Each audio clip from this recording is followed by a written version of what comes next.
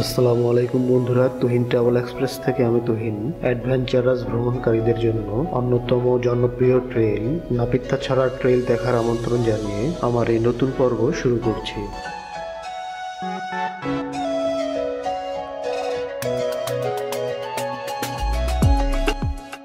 ঢাকা থেকে মাত্র একদিনের ভ্রমণে অ্যাডভেঞ্চারাস পর্যটকদের জন্য নাপিতাছড়া ট্রেইল একটি আদর্শ ভ্রমণ কেন্দ্র। এই ট্রেইলের অসাধারণ 3টি ঝর্ণা ও বেশ কয়েকটি ছোট বড় ক্যাসকেড ও ঝিরিপথের অপরূপ সৌন্দর্যে আপনি মুগ্ধ না হয়ে পারবেন না।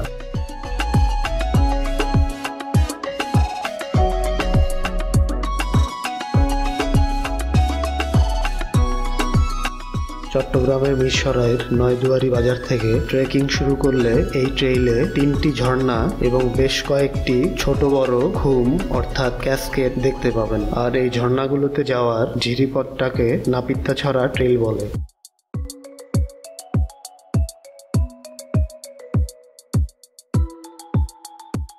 নাপিতাছড়া ট্রেইলে যে 3টি ঝর্ণা দেখবেন সেগুলো হলো কুপি কাটাকুম ঝর্ণা, মিঠাছড়ি ঝর্ণা বা বাঘ বিয়ানি ঝর্ণা, বান্দরকুম বা বান্দরীছড়া ঝর্ণা। তাছাড়া এই ট্রেইলের প্রথমেই টিপরা নামে একটি খুম বা ক্যাসকেড সহ আরো বেশ কয়েকটি ক্যাসকেড দেখতে পাবেন।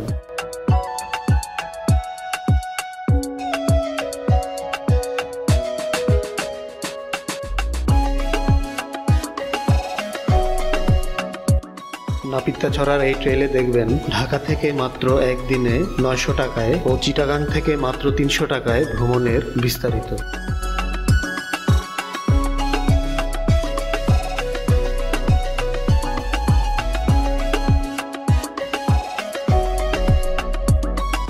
নাপিতাছড়া ট্রেইলের বিস্তারিত জানতে আমার এই ভিডিওটি প্রথম থেকে শেষ পর্যন্ত খুব মনোযোগ সহকারে দেখবেন আশা করি। তাহলে চলুন বন্ধুরা, শুরু করা যাক।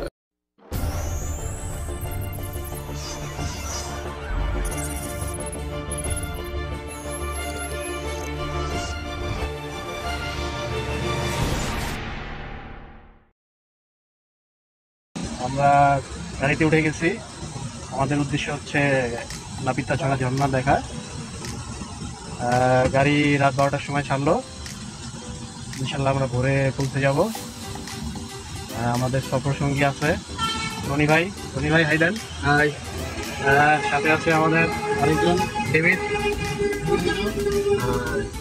ওকে, তো আশা করতেছি আমরা ঠিকমতো পৌঁছাতে পারবো।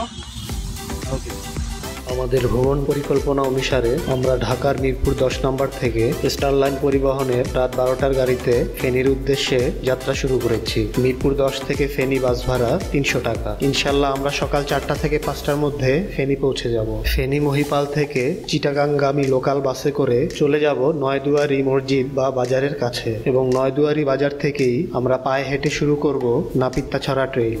ওকে, আমরা সবাই চলে এসেছি ফেনী বাস কাউন্টারে। কয়টা বাজলো আমাদের? সকাল 5টার মধ্যেই আমরা চলে আসলাম। তো এখন আমরা মহিপাল যাব, এখান থেকে নয়দুয়ারি বাজার নামবো। যাত্রা শুভ হোক সবার। ওকে, গুড বাই। সো আমরা এখন মহিপাল বাস স্ট্যান্ডের দিকে এগিয়ে যাচ্ছি। খুবই বৃষ্টি হয়েছে, বলা যাচ্ছে যে আমরা আসলে ঝর্ণার যৌবন দেখতে পাবো। হ্যাঁ, পূর্ণ যৌবন দেখতে পারবো। বৃষ্টি আমাদের জন্য একটা আশীর্বাদ। এই যে এইটা হচ্ছে স্টার লাইনের কাউন্টার। বাস দেখা যাচ্ছে, এখান থেকে হেঁটে যেতে হবে একটু সামনে, জাস্ট 5 মিনিটেরই।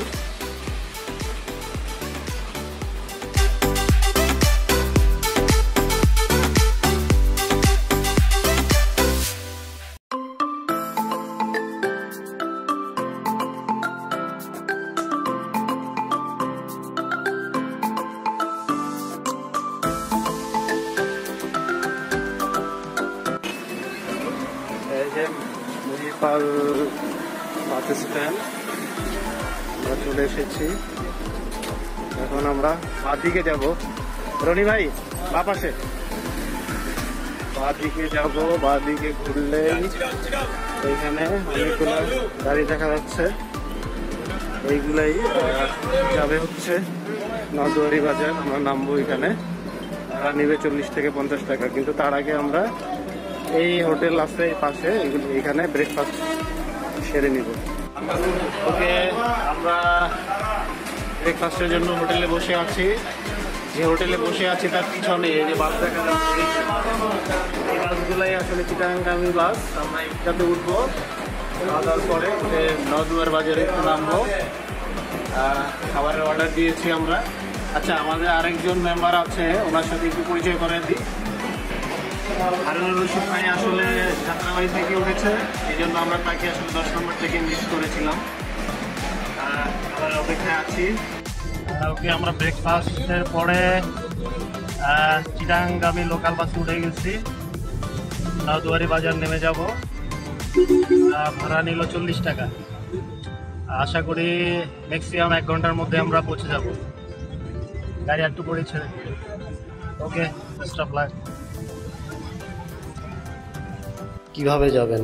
ঢাকার বিভিন্ন স্থান থেকে স্টার লাইন, এনা ও অন্যান্য পরিবহনের একাধিক বাস প্রতিদিন ফেনীর উদ্দেশ্যে ছেড়ে যায়। ভাড়া নেবে 270 টাকা থেকে 300 টাকা। ফেনী মহিপাল থেকে চিটাগাঙ্গামী লোকাল বাসে করে পৌঁছে যাবেন নয়দুয়ারি মসজিদ বা বাজার। তাছাড়া ঢাকার ফকিরাপুল ও সায়দাবাদ থেকে চিটাগাংয়ের উদ্দেশ্যে বিভিন্ন পরিবহন ছেড়ে যায়। এসব বাসে সরাসরি মিরসরাই পার হয়ে নয়দুয়ারি বাজার নেমে যাবেন। বাস ভাড়া নিবে 450 থেকে 500 টাকা। যারা ট্রেনে যেতে চান তারা কমলাপুর রেল স্টেশন থেকে মেইল ট্রেনে সীতাকুণ্ডু রেল স্টেশন পৌঁছে ওখান থেকে লেগুনায় চলে যাবেন নয়দুয়ারি বাজার। ট্রেন ভাড়া 90 থেকে 120 টাকা, তবে স্টুডেন্ট আইডি কার্ড শো করলে ভাড়া ফ্রি। সীতাকুণ্ডু রেল স্টেশন থেকে নয়দুয়ারি বাজার লেগুনা ভাড়া 20 থেকে 30 টাকা। যারা চট্টগ্রাম থেকে আসবেন তারা চট্টগ্রাম নগরের অলংকার সিটি গেট, মাদারবাড়ি ও কদমতলী বাস স্টপ থেকে লোকাল বাসে করে মিরসরাইয়ের নয়দুয়ারি বাজার নেমে যাবেন। বাস ভাড়া 60 থেকে 70 টাকা।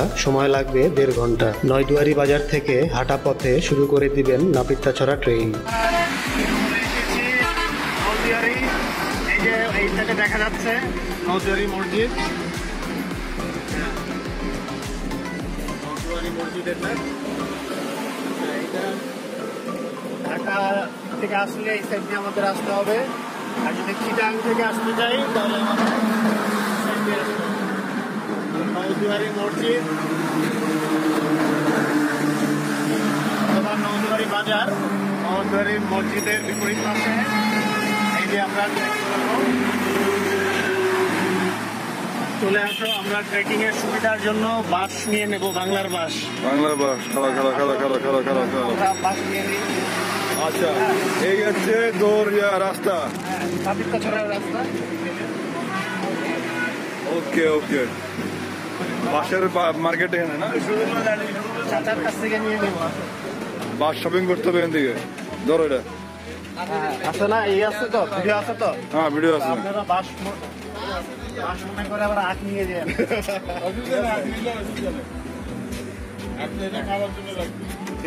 10 টাকা পিস। বাসের মালিক পাওয়া গেছে। ওকে ওকে, ট্রেকিং এ অবশ্যই এখান থেকে বাস নিয়ে যাবেন। বাস প্রতি পিস 10 টাকা করে, এবং ট্রেকিং শেষ করে এখানে এসে বাস ফেরত দিলে 5 টাকা ফেরত দিবে। ট্রেকিং এর জন্য পায়ে ভালো গ্রিপ হয় এরকম জুতা বা স্যান্ডেল এখান থেকে কম দামে কিনে নিতে পারবেন। তাছাড়া হাফ প্যান্ট ও টি শার্টও এখান থেকে কিনতে পারবেন। যদি প্রয়োজন মনে করেন তাহলে এখান থেকে 300 থেকে 400 টাকার মধ্যে গাইড পেয়ে যাবেন। সোজা এই ডিরেকশনটা দেখো। পাকিস্তানের নামার পরে সোজা আমরা এখানে আসবো। 5-10 মিনিট থাকলে এখানে চলে আসবো। পিচের রাস্তা শেষ, ইটের রাস্তা শুরু। একটা বাম দিকে। আমরা এখন বাদিকে যাবো নাপিতাছড়ার জন্য। সাবধানে যেতে হবে, আঁকা বাঁকা মেঠো পথ, অনেক গর্ত আছে। হ্যাঁ, হ্যাঁ, সাবধানে যেতে হবে। এই জন্য সাবধানে যেতে হবে। প্রোটেকশনের জন্য আমরা বাস নিয়েছি। সঙ্গে আসলে কিন্তু দেখা যাচ্ছে না। দেখা যাচ্ছে না। তো আমরা এই জায়গাটাতে আসলে মেনলি হচ্ছে বাম দিকে যাবো।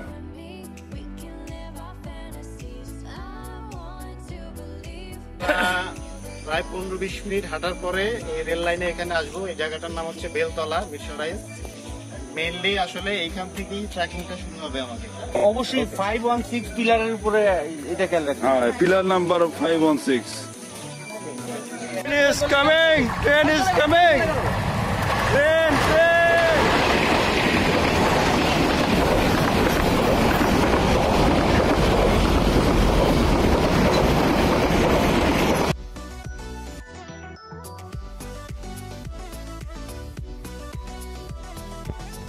রেল লাইনটা ক্রস করার পরে আমরা পার হওয়ার পরে এই জায়গাটাতে আসব। এই মানে এইখান থেকে আসছি আমরা, আসার পরে এরকম একটা জায়গা পাবো, একটা দোকান আছে, ওখানে একটা রাস্তা চলে গেছে, এখানে একটা রাস্তা চলে গেছে, আমরা এই রাস্তা দিয়ে যাবো। হ্যাঁ, এই পাশের রাস্তা দিয়ে, এইখান দিয়ে। ওকে, কিছু দূর আসার পরে এরকম মুগ্ধকর দৃশ্য দেখতে পাবেন, দূরে পাহাড়।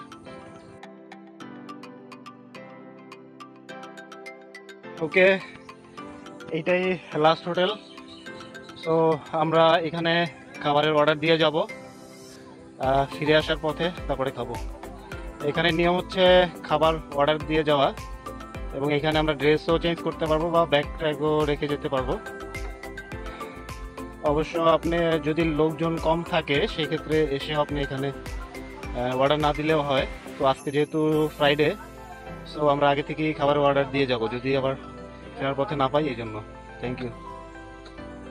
আমরা এই পথ দিয়ে হেঁটে এসেছি এবং এটি হচ্ছে নাপিতাছড়া ট্রেইলের শেষ হোটেল। আমরা এখানে জনপ্রতি 120 টাকায় দুপুরের খাবারের অর্ডার দিলাম। আমরা এখানে আমাদের ব্যাগ এবং ড্রেস চেঞ্জ করে এখন আমরা নাপিতাছড়া ট্রেইলের জন্য রেডি। এই সামনেই দেখতে পাচ্ছেন, এখান থেকেই ঝিরিপথ শুরু, আর মূলত এখান থেকেই নাপিতাছড়ার মেইন ট্রেইলটা শুরু হয়। আমরা এখন ট্রেইল শুরু করব, তো বন্ধুরা চলুন শুরু করা যাক। ওকে, ট্রেইল শুরু হয়ে যাচ্ছে। এখন আমরা এই পানি পার হব। গতকালকে বৃষ্টি হওয়ার কারণে মোটামুটি ভালোই পানি আছে।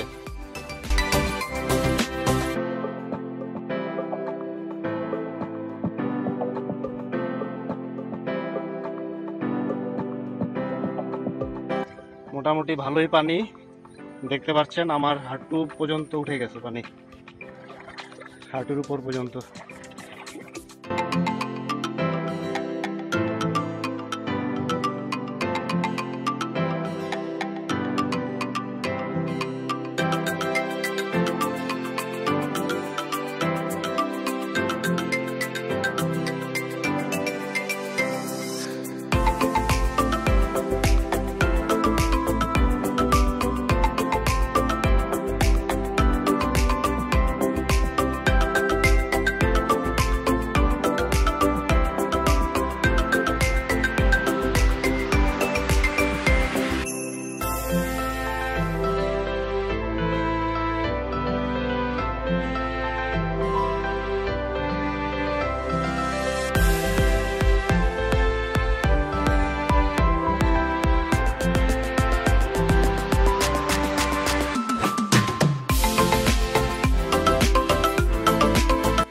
হঠাৎ করে পানিতে পড়ে গেছে, তো পার হওয়ার সময় অবশ্যই খেয়াল রাখতে হবে এবং নিরাপদে পার হতে হবে। ওকে, এবার আমরা এটা পার হচ্ছি।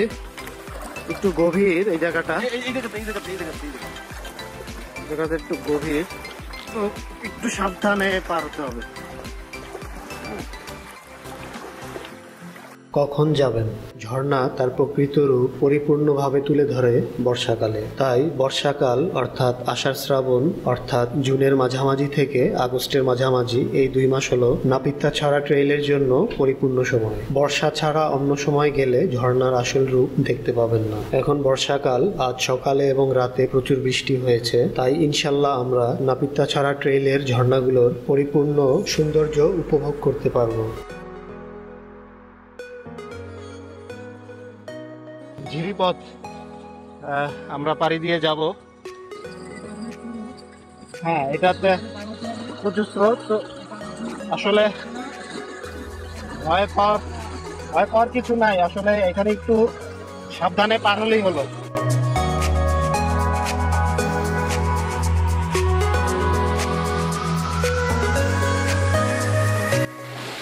আসলে ভিউটা খুবই nice.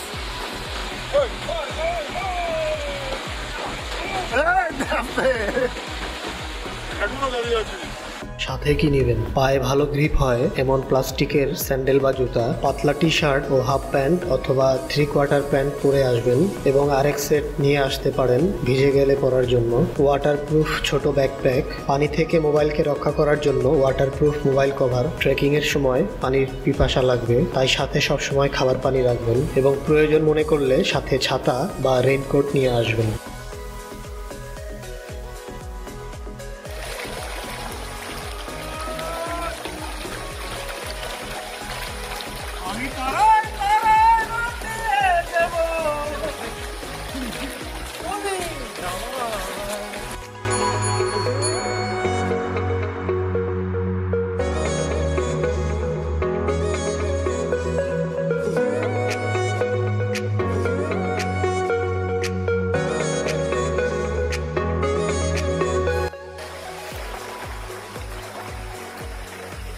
Nice view, nice view, অসাধারণ একটা জায়গা।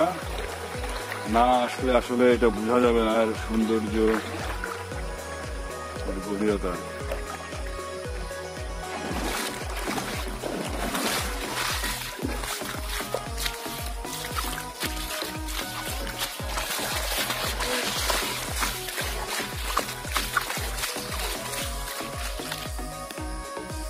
সতর্কতা, পানির বোতল সহ অন্যান্য প্লাস্টিক জাতীয় দ্রব্যাদি যেখানে সেখানে ফেলবেন না। এগুলো সাথে করে নিয়ে এসে নির্দিষ্ট স্থানে ফেলবেন। যোগ থেকে বাঁচতে জঙ্গল দিয়ে না হেঁটে ঝিরিপথ ব্যবহার করুন। যোগ ছাড়ানোর জন্য সাথে লবণ বা গুল রাখবেন।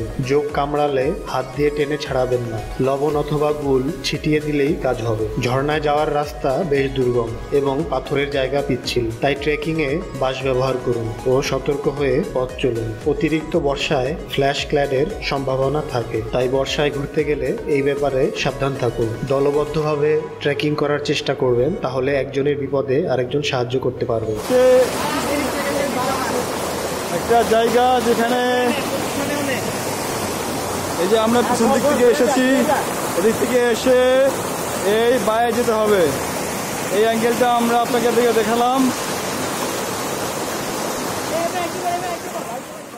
প্রায় 1 ঘন্টা ট্রেকিং এর পরে আমরা টিপরাখুমের কাছে এসে পৌঁছালাম। মূলত এটি একটি পাহাড়ি ধাপ বা ক্যাসকেড। এর উপরে রয়েছে কুপিকাটাখুম ঝর্ণা। কুপিকাটাখুম ঝর্ণার পানি এখানে এসে উপর থেকে নিচে পড়ছে এবং এই বর্ষাকালে পানির পরিমাণ এত বেশি যে এটিকে একটি ছোটখাটো ঝর্ণা মনে করলেও ভুল হবে না।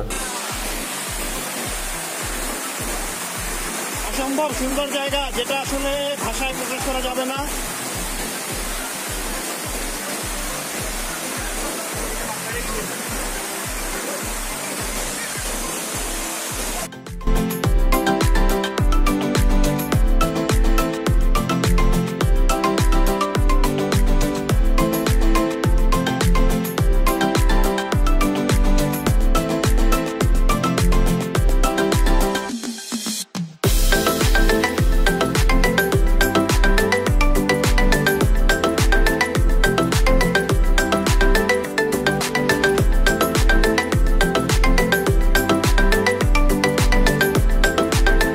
আমরা এখন চলে এসেছি কুপিকাটাকুম ঝর্ণায়। এর স্থানীয় নাম উজিল্লা ঝর্ণা। টিপরাখুম থেকে পাহাড় বেয়ে সর্বোচ্চ 5 মিনিটে চলে আসবেন এই কুপিকাটাকুম ঝর্ণায়।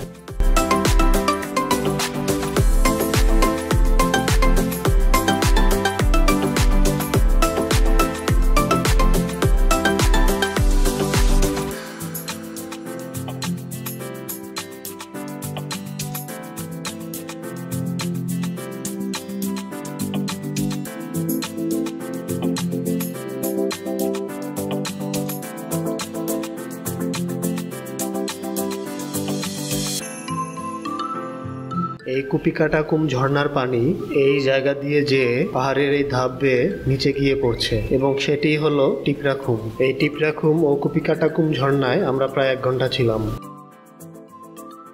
টিপরাখুম ও কুপিকাটাকুম ঝর্ণা দর্শন শেষ করে প্রায় খাড়া পাহাড় বেয়ে আমরা এখানে চলে আসলাম। আর এখানে আসলে লেবুর শরবত খেতে ভুলবেন না, প্রতি গ্লাস 10 টাকা।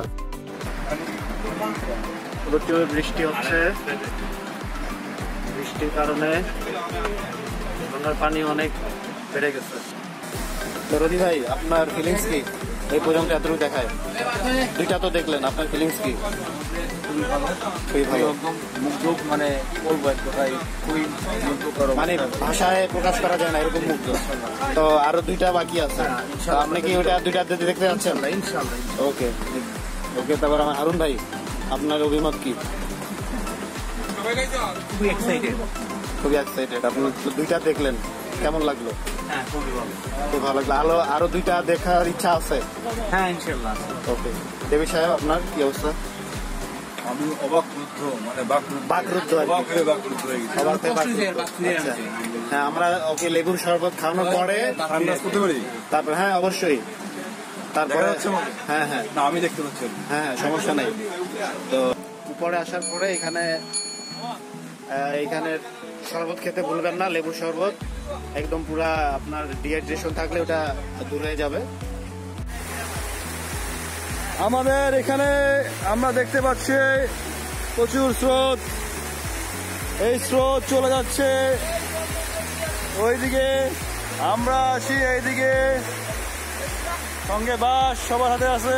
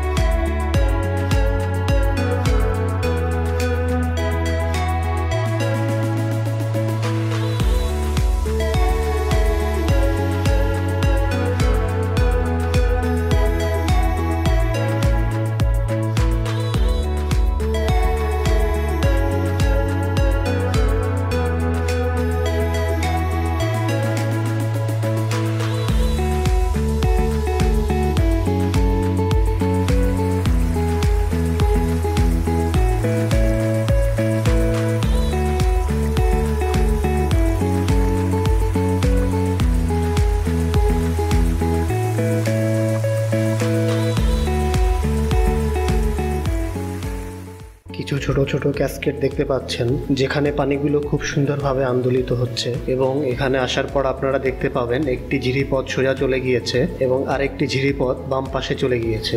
সোজা ঝিরিপথ ধরে ট্রেকিং করে চলে গেলে পাবেন মিঠাছড়ি ঝর্ণা, আর বাম পাশের ঝিরিপথ ধরে চলে গেলে পাবেন বান্দরকুম বা বান্দরীছড়া ঝর্ণা। আমরা প্রথমে এই সোজা ঝিরিপথ ধরে গিয়ে মিঠাছড়ি ঝর্ণা ভ্রমণ শেষ করে আবার এই জায়গায় চলে আসব এবং এখানে আসার পরে বাম পাশে ঝিরিপথ ধরে চলে যাব বান্দরকুম ঝর্ণায়।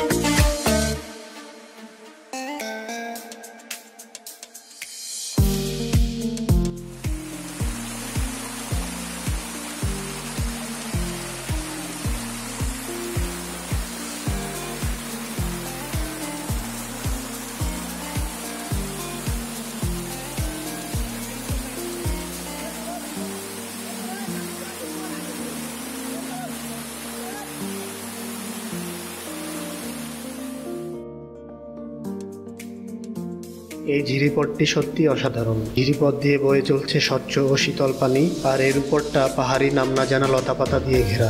সত্যি অসাধারণ।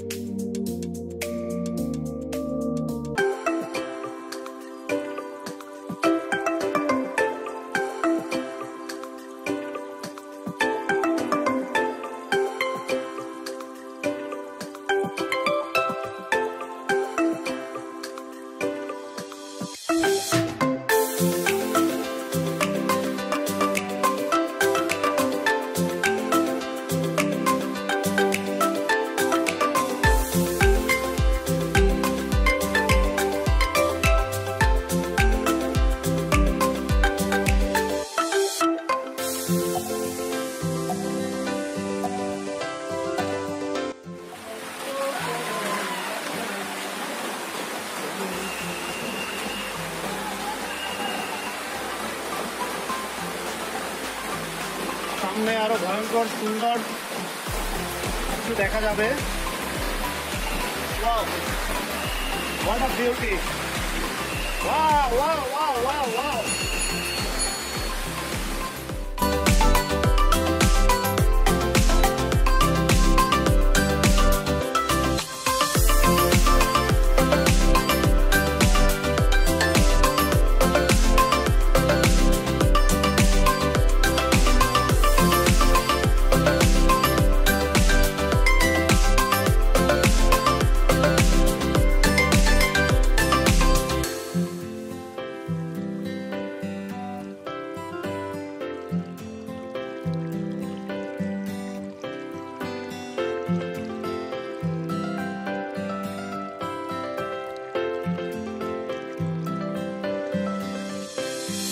আমরা একটি অসাধারণ ক্যাসকেডের সামনে চলে এসেছি এবং এখানে আসতে হলে আপনাকে কোমর অথবা বুক পরিমাণ পানি পার হয়ে আসতে হবে। খুব বেশি বৃষ্টি হলে এই জায়গাটুকু সাঁতরিয়ে আসতে হয়, আর এখানে আসার পর পানির স্রোত আপনার গায়ে লাগাতে ভুলবেন না।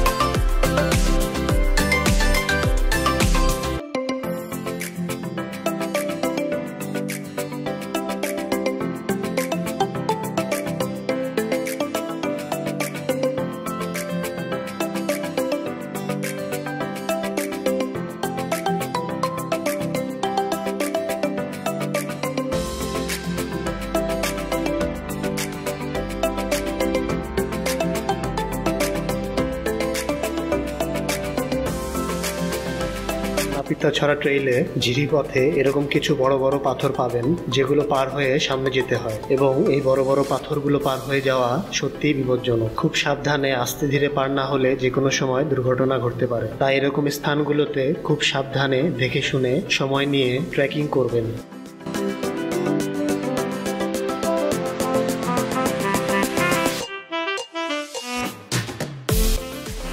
খুবই ডেঞ্জারাস জায়গা।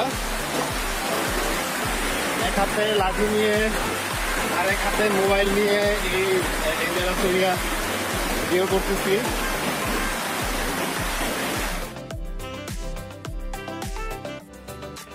ওই যে দূরে ঝর্ণা দেখা যাচ্ছে।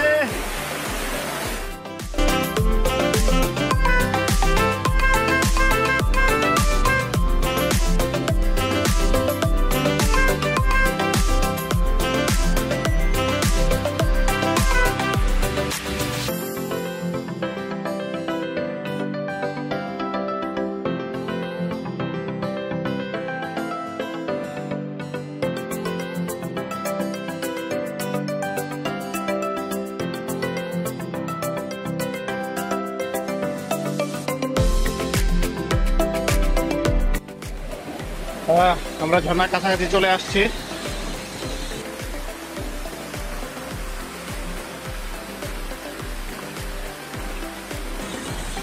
দূর থেকে ঝর্ণা দেখা যাচ্ছে, ওই যে ঝর্ণা।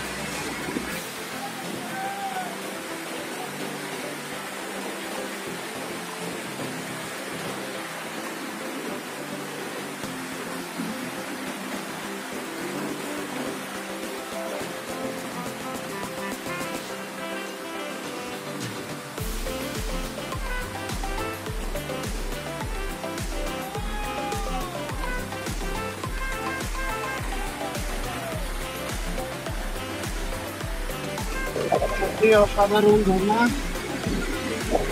এরকম। ও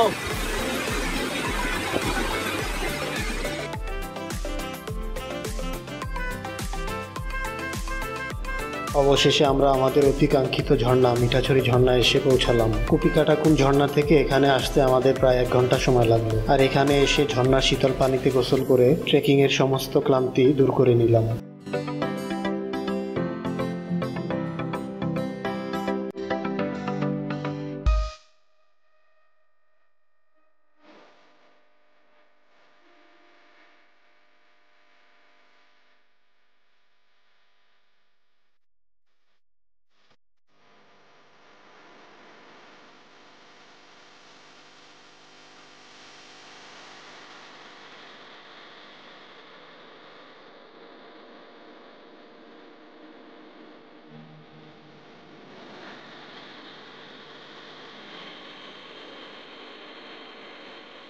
ঝর্ণার পানি বেশ উঁচু থেকে পাথরের উপর পড়ে চারিদিকে ছড়িয়ে যাচ্ছে, সত্যি অসাধারণ।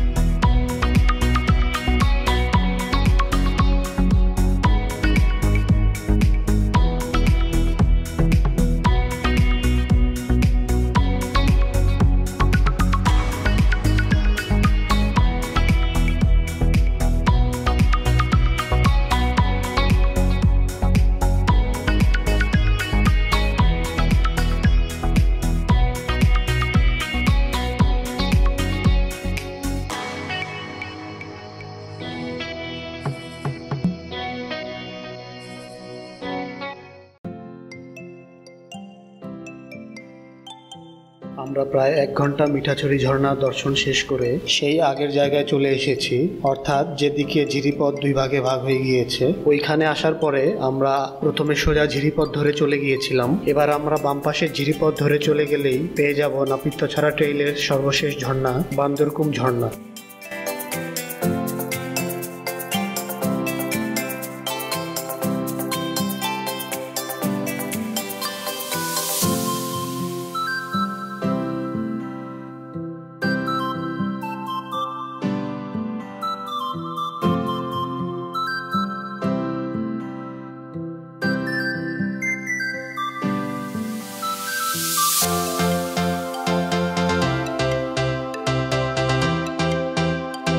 ভিউয়ার্স, আপনারা দেখতে পেলেন একজন ট্রাভেলার দুর্ঘটনাবশত এই পাথরের উপর পড়ে গিয়েছেন। ভাগ্য ভালো উনি তেমন কোনো ব্যথা পাননি। তাই বন্ধুরা, নাপিতছড়া ট্রেইলে দেখে শুনে সতর্কতার সাথে ট্রেকিং করবেন এবং ট্রেকিংয়ে ব্যালেন্স রাখার জন্য অবশ্যই বাস ব্যবহার করবেন।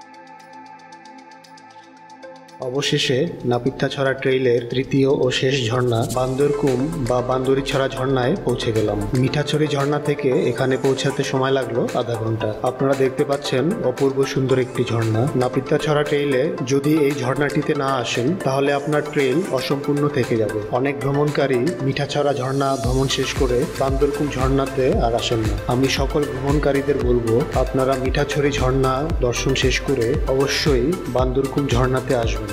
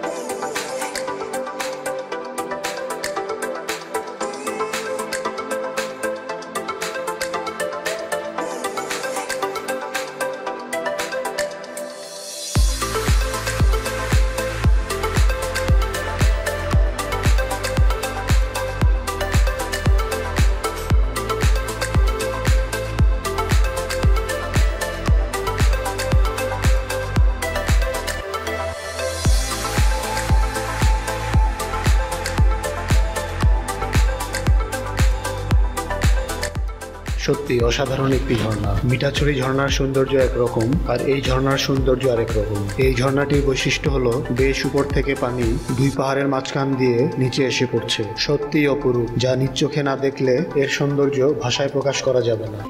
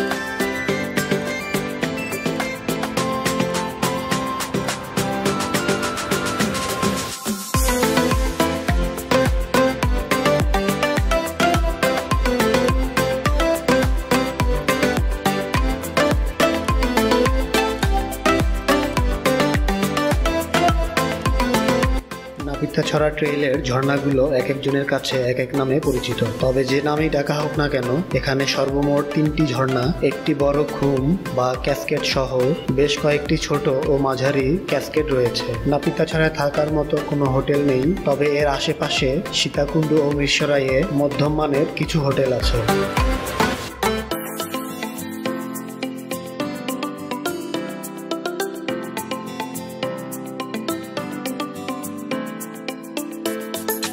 বর্ষাকাল ছাড়া নাপিতাছড়া ট্রেইলের 3টি ঝর্ণা দেখতে 4 থেকে 5 ঘন্টা সময় লাগে, আর বর্ষাকালে অর্থাৎ যখন ঝিরিপথগুলোতে প্রচুর পানি থাকে তখন নাপিতাছড়া ট্রেইলের এই 3টি ঝর্ণা দেখতে 6 থেকে 7 ঘন্টা সময় প্রয়োজন হয়।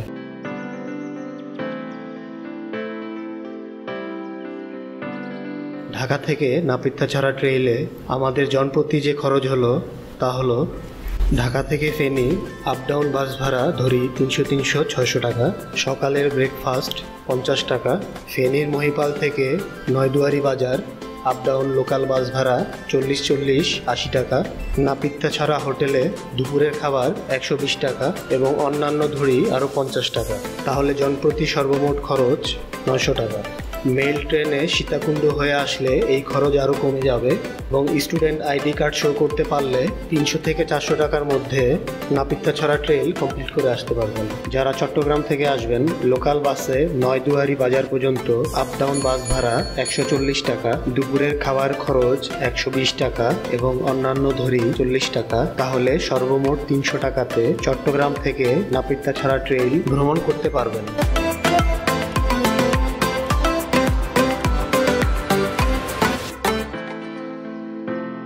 আমরা এই অসাধারণ একটি জায়গায় প্রায় আধা ঘন্টা থাকার পরে 4:15টার দিকে হোটেলে চলে আসি। হোটেলে এসে লাঞ্চ শেষ করে নয়দুয়ারি বাজার এসে লোকাল বাসে করে চলে আসি ফেনীর মহিপাল। লোকাল বাস ভাড়া 40 টাকা। ফেনী মহিপাল এসে আমরা সকালে যে বাসে এসেছিলাম সেখান থেকে ঢাকার উদ্দেশ্যে রওনা দিই সন্ধ্যা 6:30টায়। পার পার্সন বাস ভাড়া 270 টাকা। আমরা রাত প্রায় 12টায় ঢাকা পৌঁছে যাই।